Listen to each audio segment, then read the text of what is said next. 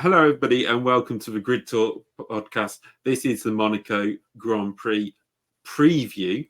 We've just done a review for the Imola Grand Prix, Emilia-Romagna Grand Prix. It's much easier to say this one because it is the Monaco Grand Prix. There's no ifs and buts about it. And as always, I am joined by Wajid for our preview. Wajid, how are you? I'm good. How are you, my friend? Yeah, it's like we haven't spoken like 2 minutes. For everybody who hasn't seen, what they say. This makes the heart grow fond.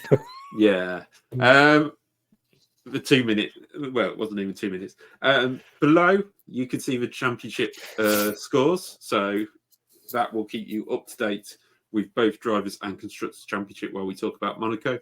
And first up, we're going to talk about the news. We need to get a little segment thing for that. We're going to talk about driver transfers, I think, this season. We should probably do a much bigger video on all of this, but a lot of rumours come out over the last few days. First up, though, in driver transfers, is not a driver. Formula One have released Pat Simmons, who helped come up with all of these rules and design the car, etc., with Ross Brawn, from his role with Formula One to sign for a Formula One team. Pat Simmons will be joining the Formula One team they declined for Formula One, Andretti. What? Making it. I was in my head. I was thinking, doesn't Pat Simmons have a lifetime ban? But I forgot that was Flavio Briatore. No, that was Flavio. Pat was involved, but you know, bygones be bygones. It's not bygones. Felipe can go sue him. Bygones be bygones. He cheated. He shouldn't have been anywhere near the sport. And look what his brain power with Ross Brawn has done to this current incarnation of Formula One. Whatever. I don't like Pat Simmons. To be perfectly honest. Okay, but taking the personal side, he's with a team. He's with a team that he's declined. He's with a team that he's declined. Make it make sense. It's bizarre.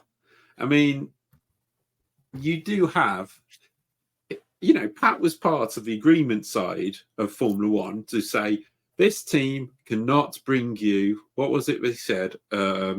Cannot bring you value to Formula One. They're not bringing consistent value, and they're not. Yeah. There's nothing that they can do that will up the value of Formula One in the eyes of the viewers when we don't have a good American team.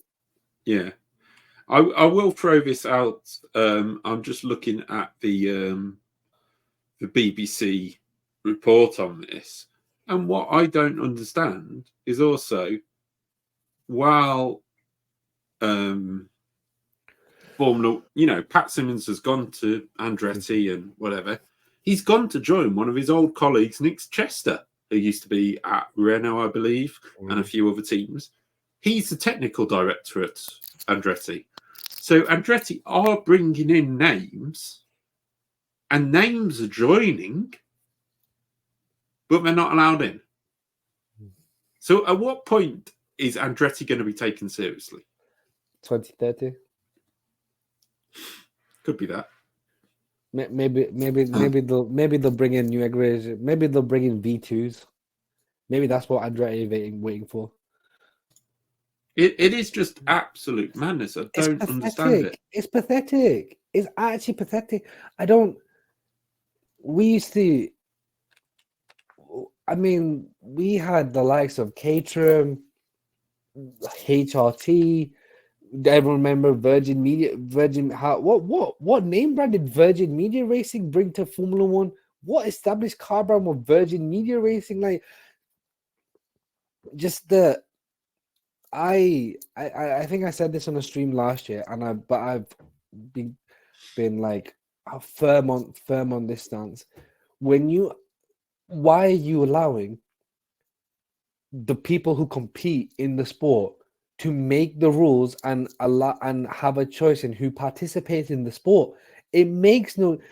Formula One is the only sport in the world Formula One is the only sport in the world where the people competing in the sport have a bigger say in the sport than the people who make the rules of the sport. And I do you imagine like going obviously because football is generally the easiest sort of comparison, but like do you like like the whole 115 charges with City thing and stuff, people are scratching their head going, what the hell is going on? But do you imagine the FA sitting down with Manchester United, Newcastle United, Man City, Chelsea, Liverpool, and going, right, boys, you guys are the most wealthiest teams in the league. We want to expand the league. What do you guys think? We're thinking of bringing this rule in where offside goal, where you need we're going to change the offside rule. What the hell do you think is going to happen? It's absurd. This is the only sport in the world it happens. It's ridiculous. Rant over. It is correct. I just think ignoring all of that, just that the person who helped vote Andretti's bid out has now signed for him. That's the point I've got. That they must think that Andretti can be in Formula One. Must. Why else? But then why would you not allow him in 2026 or 2025 or whenever the hell they want on the car? I think it must be down purely to needing that customer engine. That must be the long and short of it. Williams have not made their own engine for 55 years. Yeah, it's very true. McLaren don't make their engine. Haas is a Ferrari feeder team at this moment in time. Yeah, very true. What are we talking about? Well, that was the first piece of news. So obviously in 2025 we won't have more teams on the grid. We won't have 2 more seats. Let's throw in there now, obviously, Alex Albon, we know, renewed his contract with Williams. So he's staying. So there's 1 seat at Williams. There's 1 seat at stake, Audi, whatever they're going to be called next year, with Nico Hulkenberg going there. McLaren, I think, are probably set, unless a big money offer comes in for somebody. No, but I can't see that changing. Lando's not leaving, given the car, and I think Oscar Piastri is very happy where he is as well. Yeah. We have Fernando Alonso on a multi-year deal at Aston Martin. Whether that stays, we know what contracts are like. Max, not signed for Red Bull, but we think he'll probably at least stay another year.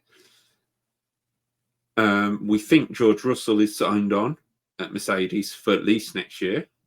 And at Ferrari, we have multi-year deals for Lewis and Charles. So without throwing it in there too much, Carlos Sainz and Valtteri Bottas seem to be 2 names which are high on everybody's list.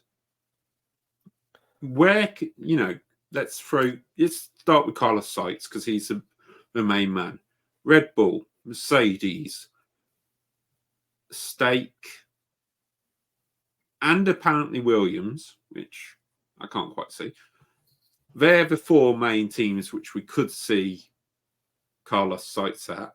Which ones would you say is the logical choice for probably Carlos Sainz? Probably the Stake turning to Audi.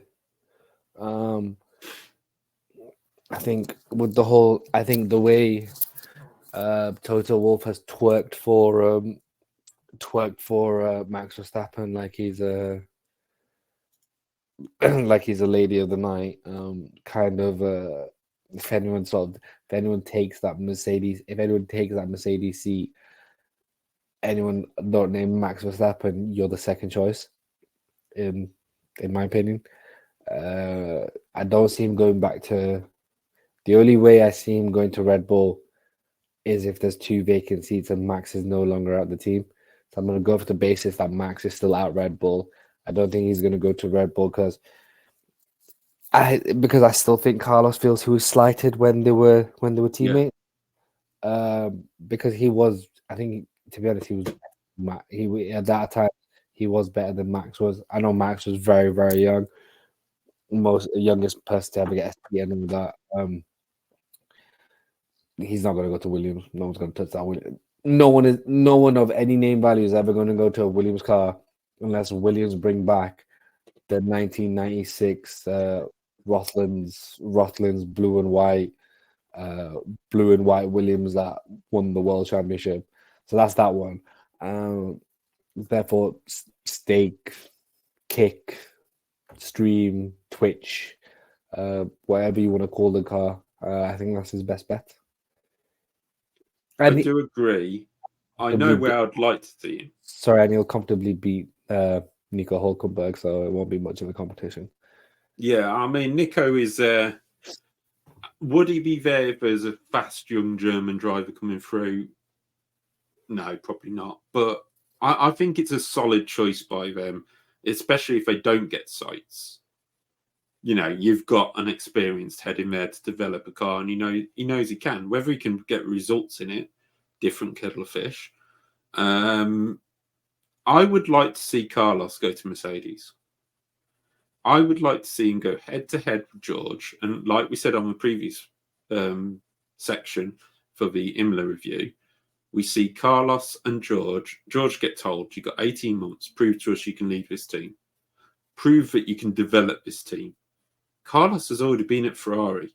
He's already been at in the Red Bull stable. Huge amount of knowledge to bring through.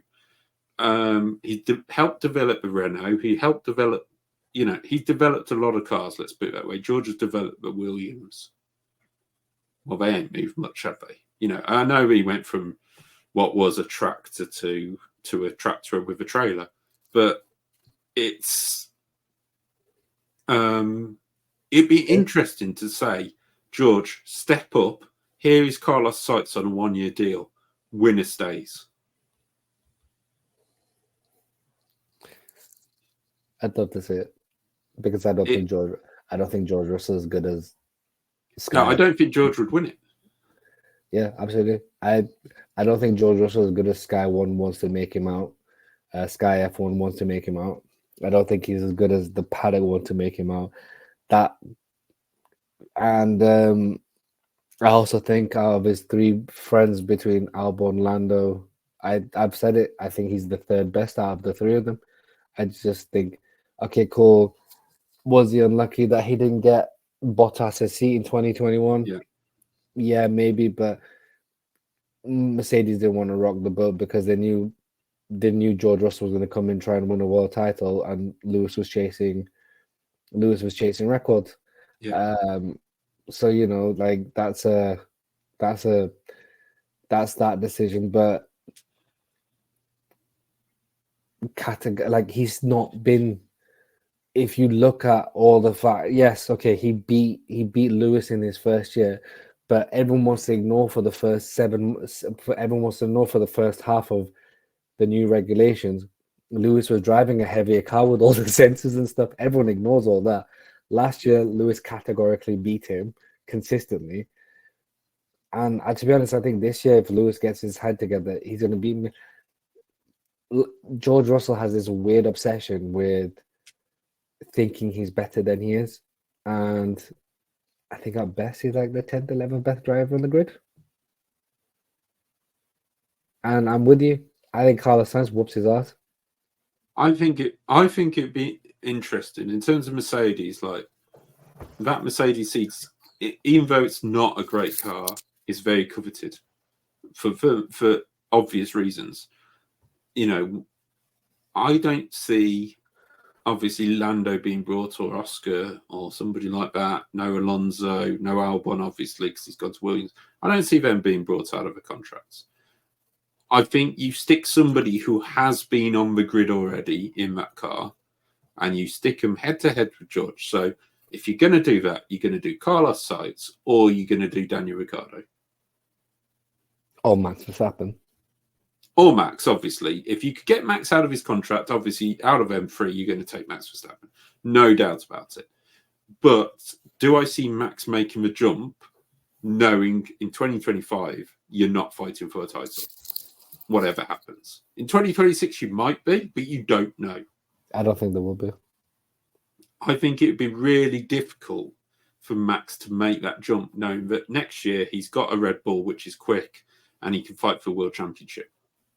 Why would you make that jump that early? I know Lewis has made it before, but Lewis had nothing to lose this season. He was in the slower car.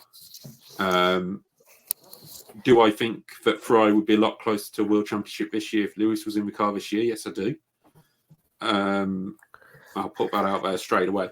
But yeah, so into that Mercedes, you'll probably put in Carlos Sainz, Daniel Ricciardo, outside Vettel and Esteban Ocon. Isn't he locked into his Alpine contract?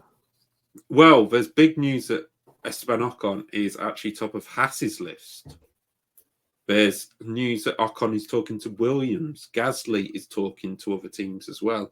Not sure who Gasly would be talking to because I'm not sure where he could really go, apart from maybe Haas. I can't see Gasly being at Williams or Mercedes. No, I just can't see it because if you're taking Ocon or Gasly, you're going to take Ocon. Absolutely, he's more consistent. Gasly's career, with the reputation Pierre Gasly came into F1 and how it's turned out, it's just really bad at it. I feel for him because obviously it's not been easy. He's had the Red Bull situation, which everybody, all Red Bull drivers have. But then he's had his, the sad death of Antoine Hubert, which did seem to hit him hard. He then got the victory in Italy. Then he got a dog of a car off Toro Rosso. It's. But I've said that. Unfortunately, I've said this categorically. If Hubert's death is still hitting him, you're not, and you've lost that edge. You need to be off the grid. Yeah, I suppose with the speed he's got at the moment, which isn't like massively quick, but speed he's got at the moment, it's better that he's still an option. That's what shows me. If he can find the mental side and the mental strength, which you can go and find, trust me. No, I think his speed is still there. I don't disagree, but we're 3 years removed from Hubert's death. Mm. It's a difficult one. I understand what you're. I understand. Obviously, I know the trials and stuff you've gone through, but unfortunately, we talk about elite level athletes. No, I completely agree. That's the difference. But that's why I don't see Gasly in a Mercedes. Yeah, maybe. I think you're looking at one of them three drivers going there, winner takes all. If Carlos goes in there, he'll get another chance somewhere else. If Ocon and Ricciardo go in there and get beaten by George, his career's in Formula One over for me.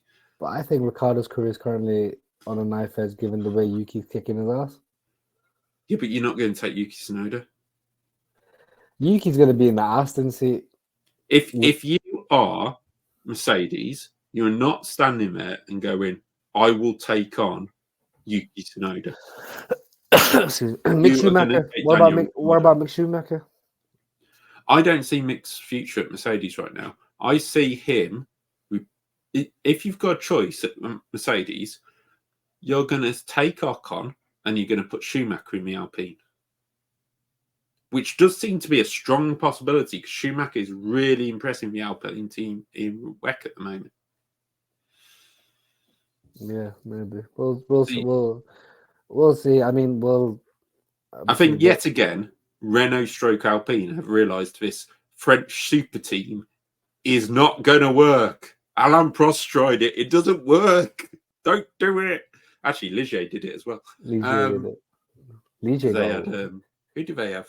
Panis and Bernard, I think. Yeah, but Ligier got a win. Yeah, but it was a bit lucky, wasn't it? Win's a win. Does it matter? A win's a win. True. And fair play to Olivier Panis, and it almost pushed him to a title fight in 1997. But that was a Ligier, not a Prost. As soon as it was designed as a Prost, it went backwards. But what we've got to say is, Mercedes seat the coveted one. Perez, we just really don't know what's going to happen there. I think he's obviously gone. I think he's gone. If he is gone, then you're looking. you could say he's gone, but then Red Bull, if they continue winning the Constructors' Championship just with Verstappen's points anyway, they continue winning the Drivers' Championship, what does it matter what Perez is doing? Could say it that way. Yeah, but it's not had to bother them because there's only ever been, because aside from 2021, and bear in mind if things go the way they did, I'm not going to mention the faithful syllables. The next 2 seasons, no one's been close to them. Now we're in a season again where it looks like McLaren and Ferrari are very close to Red Bull. It's a different conversation. It's a different conversation if like Checo struggled in Imola. I really struggled. He was on the alternative option. He made a big mistake outside of one of the Ravazzas, but was it Ravazza one? Yeah. And then he got nowhere on the mediums. Absolutely nowhere. And your teammate is winning the race. Like Checo can't go through this when there's a potential title fight and constructors title fight. If it's a bad season this season, Checo Perez is not in that car. Well, we'll soon find out, won't we? But I think that's enough. There's one more person very quickly. Go on. Valtteri Bottas. He's come up very recently. He's gone. Seems to be. It seems that Sauber are going to lose both their drivers, but there is big rumours of a Williams return for Valtteri Bottas. I don't think it's the most stupidest idea. I think Valtteri's got the state to this Kimi stage where he just doesn't care. But if you put Valtteri in that Williams, or you've got a choice of another, and you're trying to develop the team, remember? Yeah, you put Valtteri in. He's a good, cheap option. You put Valtteri in. However, I also think there's an Austrian German who's going to have a bigger say in who gets that second seat than we like to believe. And I believe if he has his choice, he's going to put another Finnish driver in.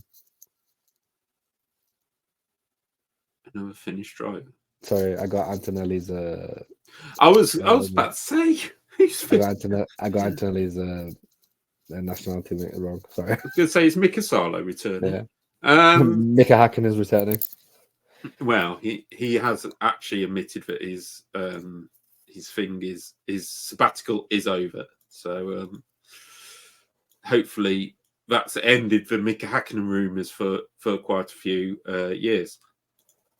But moving on, we're going to be looking at the prediction. Sorry, not the predictions. Let's go to the history of the Monaco Grand Prix.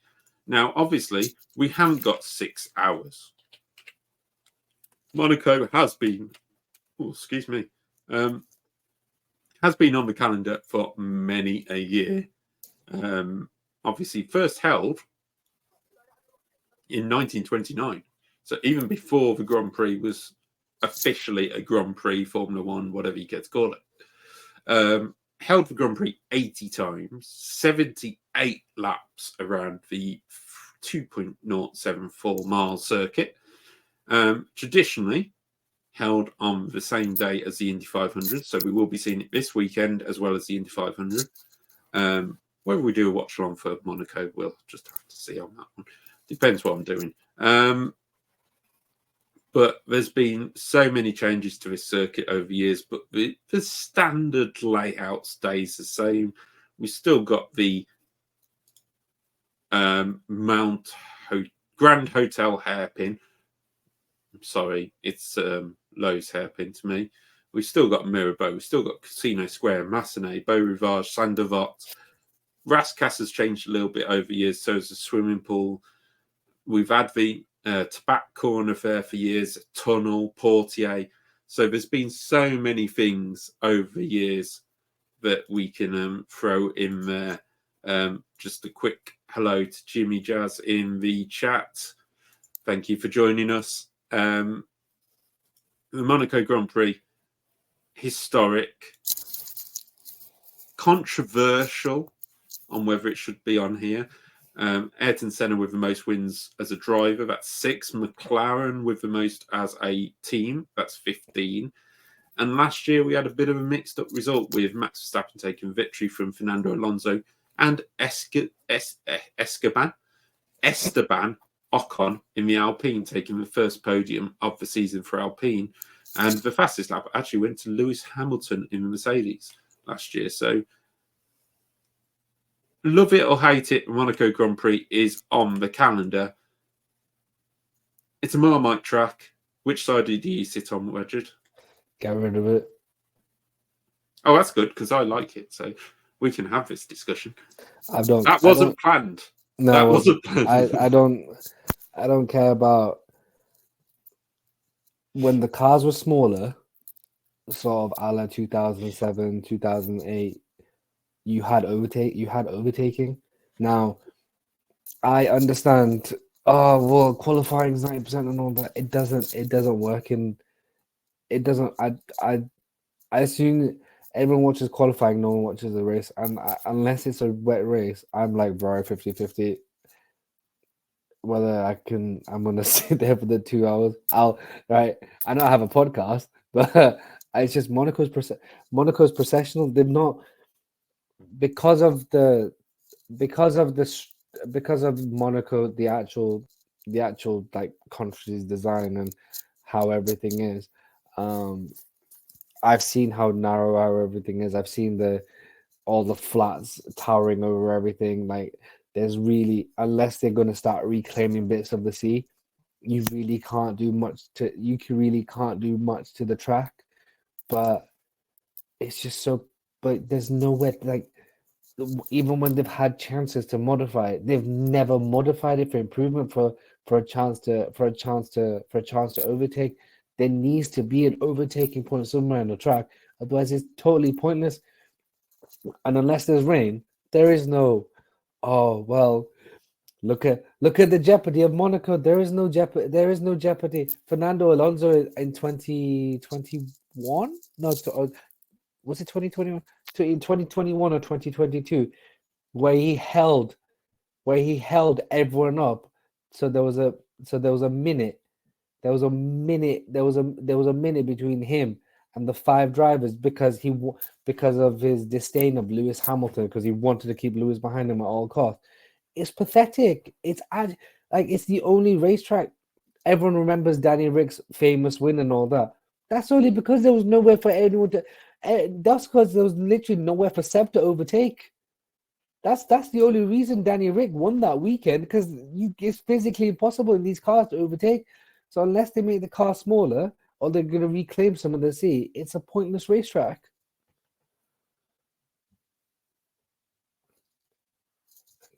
I can't hear you, mate. Yeah, that's because I was stupid enough to mute myself again. My other side of it is I love the challenge of Monaco. This is one thing which people don't quite, we get because we watched historic Grand Prix. People who haven't watched Grand Prix where you might end up in the gravel, or you might have them big V10 explosions on your engine, or reliability's poor, the jeopardy of a race where anything could happen. We watch back to Miami. Yeah, okay, Max Verstappen might make a big mistake and Lando will catch him. What did he do? He ran over a cone. That's not jeopardy, because at the end of the day, did that really cost him a race? No. If that was Monaco, he would be in the wall. He'd be out the race. So for me, I like Monaco because I completely agree with you with the smaller cars, but I agree with that anyway. But Monaco is one race where you watch where just at some point you lose concentration, you're out the race. And we've seen it from even the best. Ayrton Senna, Lewis Hamilton. Luckily, Lewis in 2008 got away with it, and it actually helped drive his strategy to win that race. But there's just there's chances, even before qualifying, there's chances. And I always say to you, overtaking's not everything. And I get the people who say, we want to see more overtaking, we want to see this, we want to see that. But Monaco is just it's special. And you say about regaining land, they are regaining land, but there's no way of improving the circuit with the land they're regaining at the moment. And that's not why they're regaining land either. Sorry, they're not regaining it for Grand Prix. Yeah, they're only doing it to make the place bigger. to make the place bigger, make more flats. I'm with you on the whole. I'm with you on the whole. Overtaking doesn't make a race better. Absolutely doesn't. But on a racetrack, you need one place to overtake. Yeah, you do. Like, I understand the sentiment, but like ultimately, I will stand by that. There needs to be at least one point on a racetrack where you can have an overtake maneuver. These cars are so big and so wide. You put the car in the middle of the track. There's no way for the car to go around the car because of how tight the chicane becomes when you go out from the tunnel and you take the left and right. The driver on the inside is always 9 times out of 10 gonna be ahead, and they don't do anything when the driver on the outside cuts across the chicane anyway, because they know it's the lack of space. So I will say that the chicane is your overtaking space that you say, and they can do a better job of something there. It's just that's the place where we have the space to do something. So I just think on a racetrack there needs to be just one. You can have the barriers, the jeopardy, how all that. There needs to be one point on the Monaco racetrack where there's an overtake. That's all. That is all I'm saying. Because Fernando Alonso took the piss that year. No, agreed. And it made the race faster. I think Max won that year, from what I remember. But yeah, it made the race totally farcical, an utter farce. But let's quickly get into this. Let's quickly get into this year's, because I know you got a go. No, we're okay at the moment. Just to throw out there though, we do sometimes get the unexpected results. We've had Panis win the Grand Prix. We had Barrichello second in the pouring rain, which would never happen now because the cars can't use wet tyres. We've had last year, we had Ricciardo winning, we had Verstappen dominating the weekend for Red Bull, then throwing it off just before qualifying and ruining his weekend. We've had that a few times actually. Leclerc on pole, and then he damaged his gearbox. There's so many things that can happen at Monaco. So we're gonna move on now, and we'll just get rid of him for a second. Now are our predictions of the Monaco Grand Prix, and sit tight because there might be some interesting ones there for you. So we'll bring Wajid back in. We'll go to our predictions and qualifying top five. Sorry, why did I say top four? Top five predictions for Wajid, and we'll go in reverse order like we did before. So starting with fifth, Piastri, and then in fourth.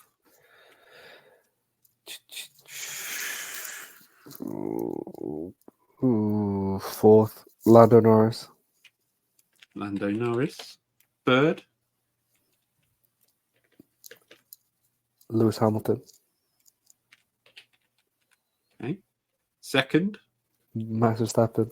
And first, Charles Leclerc. Okay, interesting. I will go for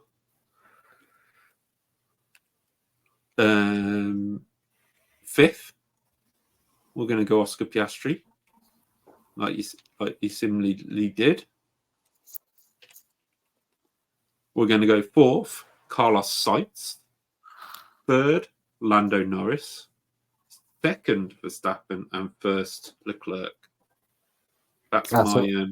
So mine is the guest appearance this week.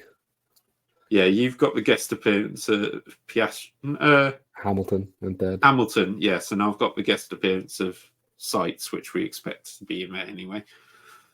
So there are predictions for qualifying. Race predictions for yourself, Wajid.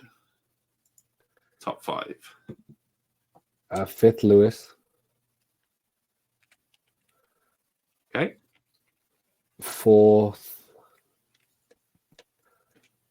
Max. I mean, you've just told us we can't overtake around Monaco, and now you've dropped him from second to fourth. I think he's going to make a mistake. Oh, okay. Third, Lando. Okay. Who did I put in fifth? Did I put Piastri in fifth? Piastri, yeah. And I went Lewis fourth. You went Piastri, Norris, Hamilton, Verstappen, Leclerc. All right, so I'm gonna put Piastri fifth. I'm gonna go Lando's third. I'm gonna go Lewis second. I'm gonna go Charles. You've got Lewis fifth. Oh, sorry. I'm gonna go Piastri third. Sorry. Yeah. Lando second. Leclerc finally wins in home race. So we're going to have 2 Brazilian cars on the top podium. We didn't mention that. McLaren going for a Senna livery, so watch out for that this weekend. Okay, I am going to go for... My predictions are based off it being totally bone dry and no rain or none of that, by the way. No, you can't start jumping ahead now. You've made your decision. I should have checked what the weather's going to be in Monaco this week. Yeah, possibly, but no, you've jumped ahead now. That is it. I am going to go for fifth for Alonso. We're going to go fourth. I've just got to look at my qualifying prediction now and remember where people may have come from. Fourth, Piastri, just missing out on that podium again. We're going to go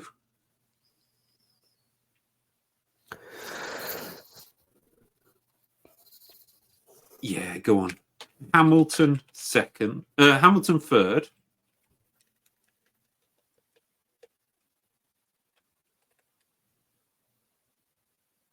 I'm going to stop there. And I'm just going to press the banner. So Wadges has gone Hamilton, Verstappen, Piastri, Norris, and Leclerc with hang on, that doesn't make sense, does it?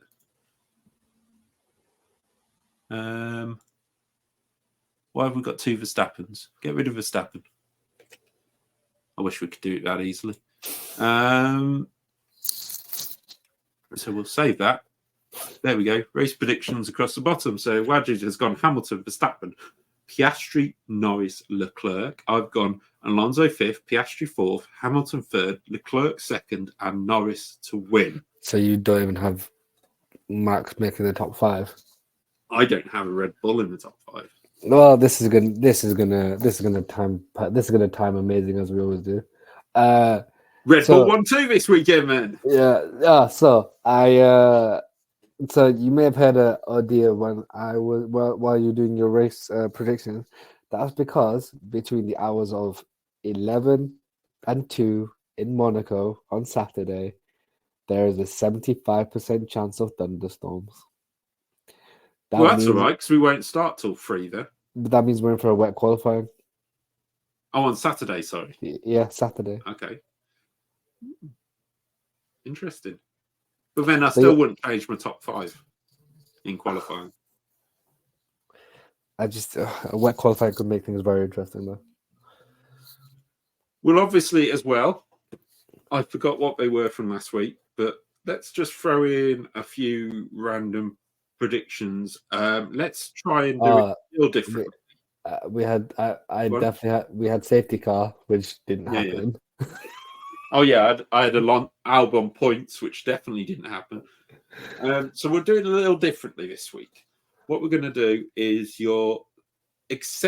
ignoring your top 5, which I'll put back along the bottom just in case you forgot.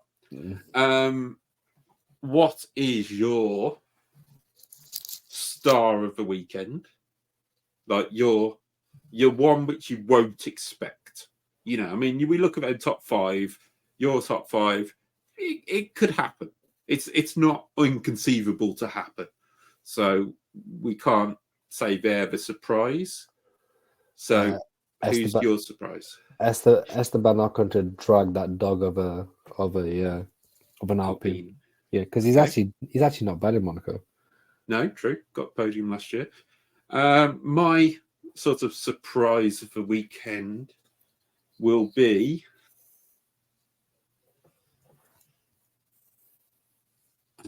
where did he finish last year before I say anything? It's good that the teams didn't really change this year because you can just flick across, can't you, to last year? Makes it a lot easier. I'm going to go for points for Valtteri Bottas. Fair, I can see that happening.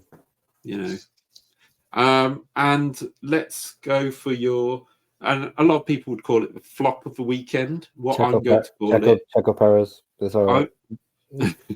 I'm going to call it the disaster of the weekend. Yeah, Checo Perez. He's going to bin it in qualifying. Okay. My disaster of the weekend is going to go to our favourite Canadian. I think Lance Stroll's going to have an absolute dog of a weekend because I've got Alonso in the top 5. But that's just a Lance Stroll weekend. Yes, I know that, but that's what I'm going to go for. Fair. And finally, surprise of the weekend. Biggest surprise will be that we don't have a safety car. Adrian Newey goes to Ferrari. Nah, but if that's going to happen, they'll wait till Monza. They're not stupid. I guarantee the Lewis announcement was planned for Monza. Maybe. But yeah, no, I think that's it for our predictions for the Monaco Grand Prix this weekend. We're definitely doing a watch along for Indy. We're towing about Monaco. We are towing about Monaco. It's just it's more of a timing thing for both of us. But there will definitely be an Indy 500 watch along because I've got nothing to do Sunday night anyway, so I'll be watching it. So I may as well stream as well and put the timing screen up. And the good thing for you all is it is live on YouTube and one of the Sky channels. It's on Sky F1 anyway, but I think it's on another channel if you haven't got Sky Sports. We can figure that out later. But yeah, we will let you know where you can watch along with us, which will be on Twitch and YouTube, and then you can have another screen with the racing on. Wajid, thank you for joining us. We're going to have to cut this short now because I've got a bloke about to knock at the door. True. I don't think we'll be going outside. It's tipping it down here. I don't know about you, but it's tipping it down. Yeah, it's tipping it here as well. But thank you for joining us for this preview and review. And thank you, everybody, for joining us in the chat. And we will be heading straight off because we don't really have time to hang around and raid. So goodbye, and we'll see you very, very shortly.